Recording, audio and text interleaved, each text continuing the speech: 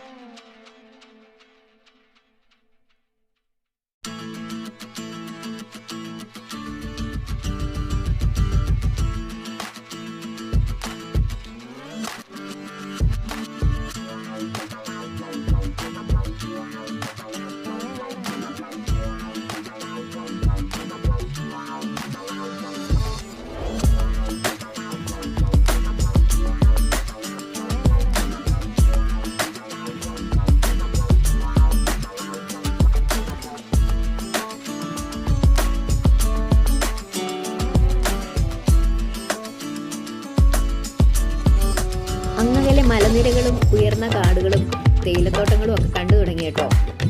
എന്താ പറയാന്ന് എനിക്കറിയില്ല, അത്ര മനോഹരമായിരുന്നു. ആദ്യമായിട്ടാണ് ഞങ്ങൾ മൂന്നാറിന് പോകുന്നത്. ദൂരയാത്ര ചെയ്യുമ്പോൾ വൊമിറ്റിംഗ് ടെൻഡൻസി എല്ലാവരെക്കാളും വളരെ കൂടുതലായതുകൊണ്ട് വീട്ടിൽ നിന്നൊന്നും എന്നെ ദൂരേക്ക് വിട്ടിട്ടേ ഇല്ല. എനിക്ക് പോകാനും പേടിയായിരുന്നു കേട്ടോ. വണ്ടി നിർത്തി പോകേണ്ട അവസ്ഥയായിട്ടില്ല എന്നെ കൊണ്ട് പോകുന്നവർക്ക്. അതുകൊണ്ട് ഞാനതിന് ശ്രമിക്കാറില്ല. എന്നാൽ ഉള്ളിൽ എല്ലായിടത്തും പോകണമെന്ന് അതിയായ ആഗ്രഹം ഉണ്ടായിരുന്നു. മറ്റുള്ളവരെ എന്തിനാ ബുദ്ധിമുട്ടിക്കുന്നതെന്ന് വിചാരിച്ച് വേണ്ടെന്ന് വെച്ചു. ഈ സ്ഥലങ്ങളൊക്കെ ഒരിക്കലെങ്കിലും കാണാൻ പറ്റുമെന്ന് ഞാൻ കരുതിയിട്ടുണ്ടായിരുന്നു. എന്തായാലും ഈ മനോഹരമായ പ്രദേശം കാണാൻ എനിക്കും ഭാഗ്യം കിട്ടി. ഇതൊക്കെ വന്ന് കണ്ടില്ലെങ്കിൽ ശരിക്കും നഷ്ടം തന്നെയാണ് കേട്ടോ.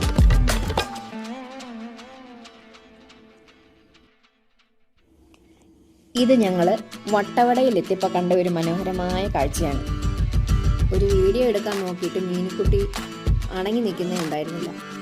വീഡിയോ പിടിക്കാതിരിക്കാൻ ഫുൾ ടൈം ഗോഷ്ടി കാണിച്ചുകൊണ്ടേയിരുന്നു. പിന്നെ താഴെ വലിയ കൊക്ക ആയതുകൊണ്ട് അവിടെ നിന്നുള്ള ശ്രമം വേണ്ടാന്ന് വെച്ച് അവളെ പിടിച്ചുകൊണ്ട് ഞാൻ പോകുന്നു.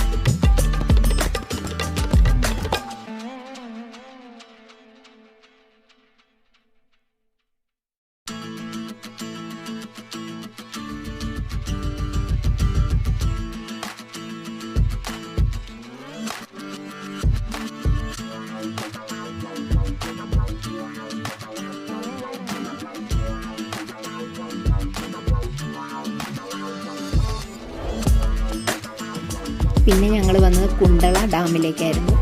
അവിടെ വന്നപ്പോഴത്തേക്കിനും ഒരു സായിപ്പും മദാമയും അവരുടെ 3 കുഞ്ഞുങ്ങളും അവിടെ ഉണ്ടായിരുന്നു. അവരെ കണ്ടതേ ഞങ്ങൾക്ക് ഭയങ്കര സന്തോഷമായി. കാണാൻ നല്ല സുന്ദരികളുമായിട്ടുള്ള കുഞ്ഞു കൊച്ചുങ്ങൾ. കുറേ നേരം അവരെ നോക്കി ഞങ്ങൾ നിന്നു. അവരുടെ വീഡിയോ ഒക്കെ എടുത്തു. അവർ അതിനുശേഷം ബോട്ടിങ്ങിന് വേണ്ടിയിട്ട് ഡാമിലേക്ക് ഇറങ്ങിപ്പോയി.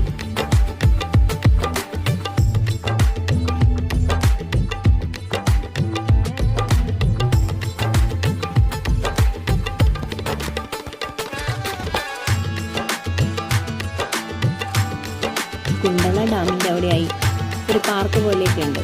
അവിടെ നമ്മൾ പൈസ കൊടുത്തിട്ട് വേണം അവിടെ ഇറങ്ങാൻ വേണ്ടി. അല്ലാതെ അവർ അങ്ങോട്ടേക്ക് ഇറക്കി വിടത്തില്ല. ടിക്കറ്റ് വെച്ചിട്ടുണ്ട്. ടിക്കറ്റ് ഒരാൾക്ക് 10 രൂപ വെച്ച് കൊടുത്തിട്ട് വേണം നമുക്ക് അങ്ങോട്ടേക്ക് ഇറങ്ങാൻ വേണ്ടിയിട്ട്.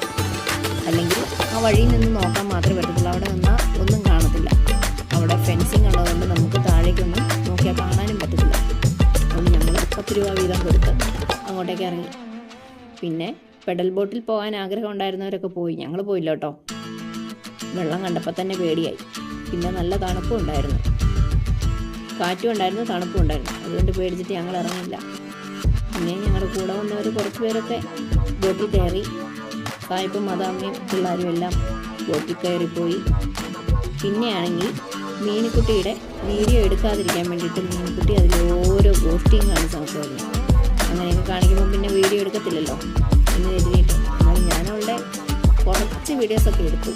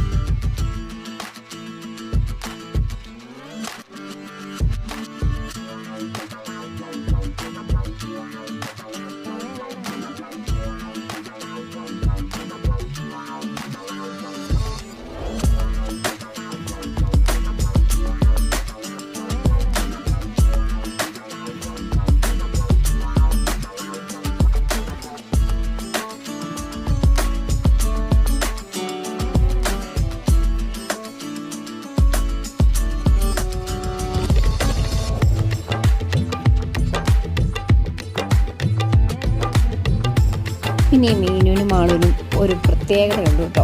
നമ്മളെവിടെയെങ്കിലും പോയി കഴിഞ്ഞിട്ട് വീഡിയോ പിടിക്കാൻ പറയുമ്പം വീഡിയോ ശരിയാകാത്ത രീതിയിൽ പിടിക്കുക, നമ്മൾ ദേഷ്യം പിടിപ്പിക്കാനായിട്ട് അങ്ങനെയൊക്കെ ഓരോ പരിപാടി എടുക്കാം. അങ്ങനെ അവരെ വഴക്ക് പറയുന്ന ഒരു വീഡിയോ ആണിത്.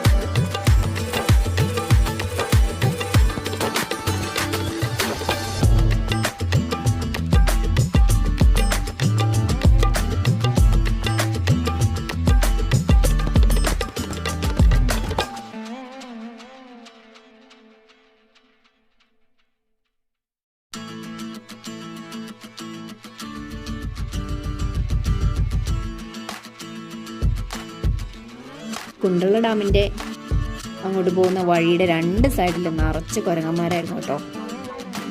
അവർക്ക് ഈ ആളുകളൊക്കെ വരുന്നവർ ഏതാണ്ടെല്ലാം കഴിക്കാനായിട്ട് വാങ്ങിച്ചു കൊടുക്കുന്നുണ്ട്. മുട്ടായി, പിന്നെന്താ നമ്മുടെ ഈ ഇതുണ്ടല്ലോ, എന്താ മെയ്സ്, ചോളം പുഴുങ്ങിയത്, കണ്ട പഴങ്ങൾ, ഇതെല്ലാം വാങ്ങിച്ചു കൊടുക്കുന്നുണ്ട്. അതെല്ലാം അവർ തിന്നേച്ചിട്ട് ഭയങ്കര രസം അവിടെ ഇരുന്ന് ഓരോന്ന് കാണിക്കുന്ന കാണാൻ. നമ്മൾ ഡാമിൻ്റെ കാഴ്ചകളും ഡാമിനടുത്തുള്ള ഫോറസ്റ്റിലെ കാഴ്ചകളും എല്ലാം കണ്ട് ഊഞ്ഞാലാട്ടമൊക്കെ കഴിഞ്ഞതിന് ശേഷം നമ്മൾ പാലത്തിലൂടെ കയറി വഴികളിലൂടെ ഇറങ്ങി. രണ്ട് വശവും നിറച്ചിനും ചിന്തിക്കടകളും കുതിരകളും അങ്ങനെയുള്ള കാര്യങ്ങളൊക്കെയാണുള്ളത്. അതെല്ലാം കണ്ട് നമ്മൾ കുറച്ച് സാധനമൊക്കെ മേടിച്ച് വെച്ചിട്ട് നമ്മൾ നടന്ന് നമ്മുടെ വണ്ടിയുടെ അടുക്കിലേക്ക് പോവുകയാണ്. അപ്പോഴത്തേക്കിനും വഴിയുടെ രണ്ട് വശവും കുരങ്ങന്മാരുണ്ട്. കുരങ്ങന്മാർ നമ്മുടെ കയ്യിൽ നിന്ന് ഓരോന്നൊക്കെ തട്ടിപ്പറിക്കാൻ വേണ്ടിയിട്ട് ഇങ്ങനെ നോക്കിയിരിക്കുക കേട്ടോ. മാളുവിൻ്റെയും മീനിൻ്റെയും കയ്യിൽ കുറച്ച് സാധനങ്ങൾ ഇരിക്കുന്നുണ്ടായിരുന്നു. തലയിലിടുന്ന സാധനങ്ങൾ, ക്ലിപ്പ്, അങ്ങനെയുള്ള സാധനങ്ങൾ കുറച്ച് മേടിച്ചു. പഴം, ചോക്ലേറ്റ്, അങ്ങനെയൊക്കെയുള്ള സാധനങ്ങൾ മേടിച്ചു. പാഷൻ ഫ്രൂട്ട്, ഇതൊക്കെ തട്ടിപ്പറിക്കാൻ വേണ്ടിയിട്ടിരുന്നു. ഞാനറിഞ്ഞില്ല, ഇവരെന്നേക്കാളും മുന്നേ പോയി. ഞാനിവർ പോകുന്നൊന്നും കണ്ടില്ല, ദൂരെ കാണത്തുള്ളായിരുന്നു. അതിനുശേഷം വണ്ടിയിലെത്തിയപ്പോഴാണ് പറയുന്നത് മാളുവിൻ്റെ കയ്യിലിരുന്ന കൂട് കുരങ്ങൻ തട്ടിപ്പറിച്ചെന്ന്. എന്നിട്ട് അവൾ കുടഞ്ഞു കഴിഞ്ഞപ്പോഴത്തേക്കിനും കുരങ്ങൻ താഴെ വീണു. അല്ലായിരുന്നെങ്കിൽ അവക്കിട്ട് കടിയും കിട്ടിയേനെ, അവളുടെ കയ്യിലിരുന്ന സാധനങ്ങളൊക്കെ പോവുകയും ചെയ്തേനെ. അവളേതായാലും താഴെ ഇട്ടില്ല കേട്ടോ സാധനങ്ങളൊന്നും. അത് അവളുടെ സാധനങ്ങളായതുകൊണ്ട് മാത്രം അവൾ താഴെ ഇടാഞ്ഞത്.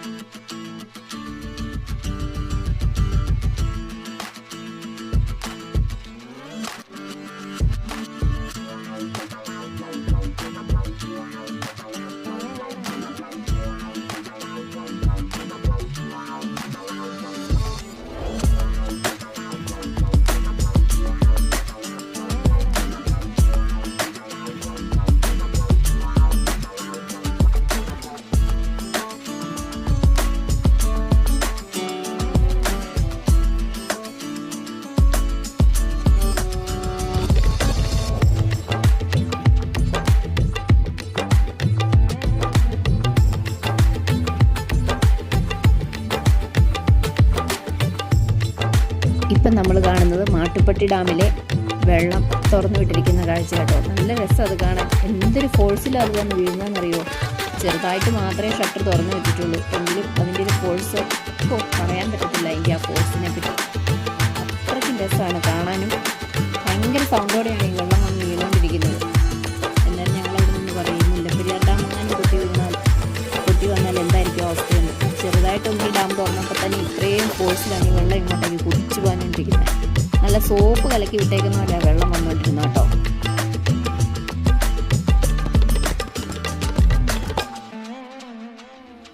മാട്ടുപ്പെട്ടി ഡാമിലെ കാഴ്ചകളും വളരെ സുന്ദരമായിരുന്നു.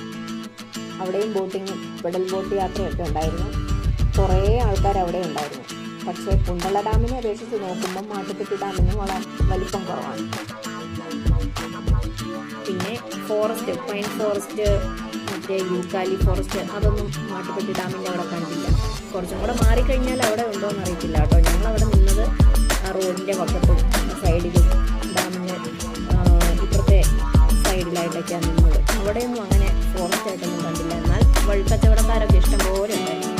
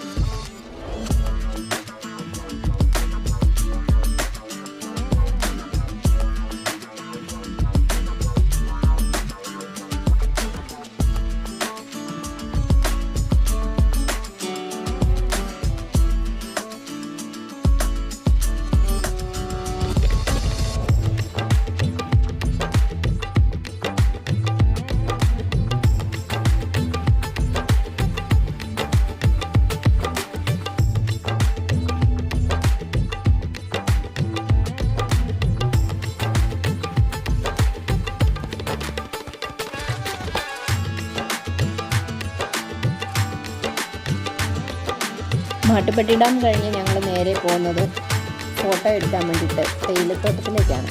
അവിടെ ചെന്നപ്പോഴത്തേക്കും ഒരാൾക്ക് 50 രൂപ തോതിലാണ് ഫോട്ടോ എടുക്കാനുള്ള ചാർജ്.